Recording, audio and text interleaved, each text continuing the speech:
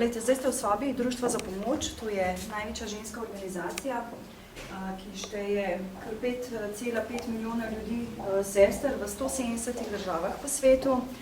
Društvo za pomoč je organiziral prerok Joseph Smith, tam je na sliki, ki lahko vidite, in sicer 17. marca leta 1842 v Nabuju v državi Illinois. Prva predsednica je bila Emma Smith. Ta organizacija, moto te organizacije je vzet iz prvega pisma Korinčanom 13:8, ljubezen nikoli ne mine. Cilj Društva za pomoč je, da sestre in njihove družine pridejo k Kristusu. In da bi ta cilj dosegli, ima Društvo za pomoč več programov, pa bi omenila samo 3 na kratko. Eno je nedeljsko evangelijsko poučevanje, poučujemo iz teh priročnikov, ki ga vidite razstavljenega. Ok, lahko samo eno vprašanje, zdaj, ko ste najprej. Kje je sveta knjiga vaše vere? Mi imamo sveto pismo, potem Mormonovo knjigo, Nauke in zaveze ter dragoceni biser. Vse te knjige... Biblijo prvi, staro zavezo in novo zavezo? Tako, v celem sklopu. Stara, nova zaveza. Kaj pa potem še ta mormonska, ko ste rekli, še ta potem mormonska imamo pa še Mormonovo knjigo. Ja? To je, mi verjamemo, da je to še ena zaveza Jezusa Kristusa in poučujemo tudi te knjige. Aha. Tako da v celoti imamo 4 knjige, s katerih učimo. V čem je pa razlika, recimo? Kaj je, bom rekel, je to dopolnitev Mormonova? Kako razumete to Mormonovo knjigo? Kot dopolnitev Bibliji? V bistvu jo jemljemo tako, kot še eno zavezo, kar pomeni kot dopolnilo Svetemu pismu. Sveto pismo je bilo pisano pač na stari celini, Mormonova knjiga je pa nastajala v Ameriki, pisana za ljudstvo, ki je pač živelo takrat v tistem času. Če ste prava sogovorica, gospod Doro, vprašam, koliko članov imate v Sloveniji? V Sloveniji 360. 360 članov, imamo vejo v Mariboru in v Celju še in zdaj se ustanavlja veja v Novem mestu. V Kranju pa imamo samo še nastanjene misionarje, kar je v bistvu dosti blizu Ljubljane, da lahko prihajajo člani do sem, dokler ne bo toliko članov, da bo tudi tam naredili cerkev. Kje ima pa vera domicil, iz kje izhaja? Mislim, poznamo Salt Lake City, recimo. Salt Lake City v Utahu, tam je naša glavna baza. Evropska baza pa je v Frankfurtu in to imate tudi napisano v tisti knjižici, ki sem vam priložila. Tako da Evropska centrala v bistvu skrbi za okrog 47 evropskih držav v, mislim, da 23 jezikih in vodi jih tudi tam predsednik in 2 svetovalca.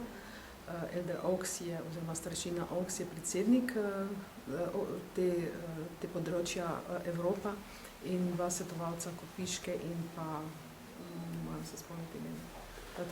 Sem napisala. Aha, ne, pa zdaj, to ni tako važno, ker jaz ne vem, če bo naši gledalci to toliko zanimali.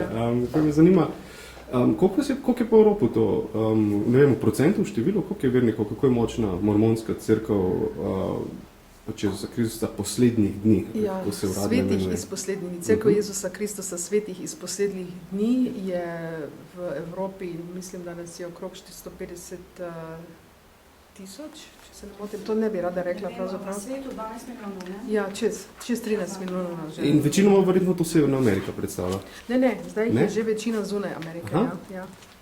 Zanimivo. Zdaj pa še nekaj v tej lepi stavbi povete. Koliko časa ste jo gradili? Ne vem, so se kdaj pelil po Šišenski, pa naprej na večno, ampak... Ja, mi smo prvi kamen smo mi zakopali, oziroma smo imeli ceremonijo prvega kamna oktobra 2006. To se pravi, tam okrog novega leta se je začelo graditi, potem smo še imeli nekaj težave, ker je voda malo zalivala spodnje, mislim, tam, ko so začeli graditi. V bistvu 2 leti lahko rečemo, ja. Oziroma ne, aprila je bila že končana, ne? In sama gradnja 1 leto, ostalo pa smo še rabili malo. Kaj pa gospoda nadzornega, kako to zdravi? Gradnje. Gospod je v bistvu bil na čelu te gradnje, in, kaj bi rekla, junija smo imeli, pravzaprav 21. junija smo imeli prvič, smo se preselili sem in smo imeli otvoritveni dan zdaj 21. septembra pa je bila uradna posvetitev cerkve, zdaj pa imamo te dneve odprtih vrat, tako da lahko seznanimo tudi splošno publiko, medije in pa seveda visoke osebnosti. Še nekaj me zanima, če ni skrivnosti, s česa se pa financira gradnja takšnih objektov? Gradnja vseh objektov se financira iz desetine, ki jo člani plačujemo po celem svetu. Humanitarni del našega delovanja pa se financira iz postnih prispevkov, ker enkrat mesečno se tudi postimo od hrane in vode oziroma pijače in tisti denar, ki bi ga porabili za ta namen, dajemo v humanitarne namene. Še nekaj, delovni čas, kako je odprta cerkev? Je vsak dobrodošel? Vsak je dobrodošel. Nedeljski sestanki se začenjajo ob 10. uri, to se pravi, pričakujemo ljudi kakšnih 50 minut prej, da se umirijo, da lahko začutijo duha v kapeli. Potem pa se pridružijo sakramentalnemu sestanku, kjer posvečujemo Jezusa Kristusa kot vstalo bitje. Pijemo mečkeno vode in kruha, vzamemo kot sakrament, ki predstavlja njegovo telo in njegovo kri, ki jo je žrtvoval za nas, za vse ljudi tega sveta. On je naš odrešenik in v bistvu njemu posvečamo vso našo energijo in duhovnost.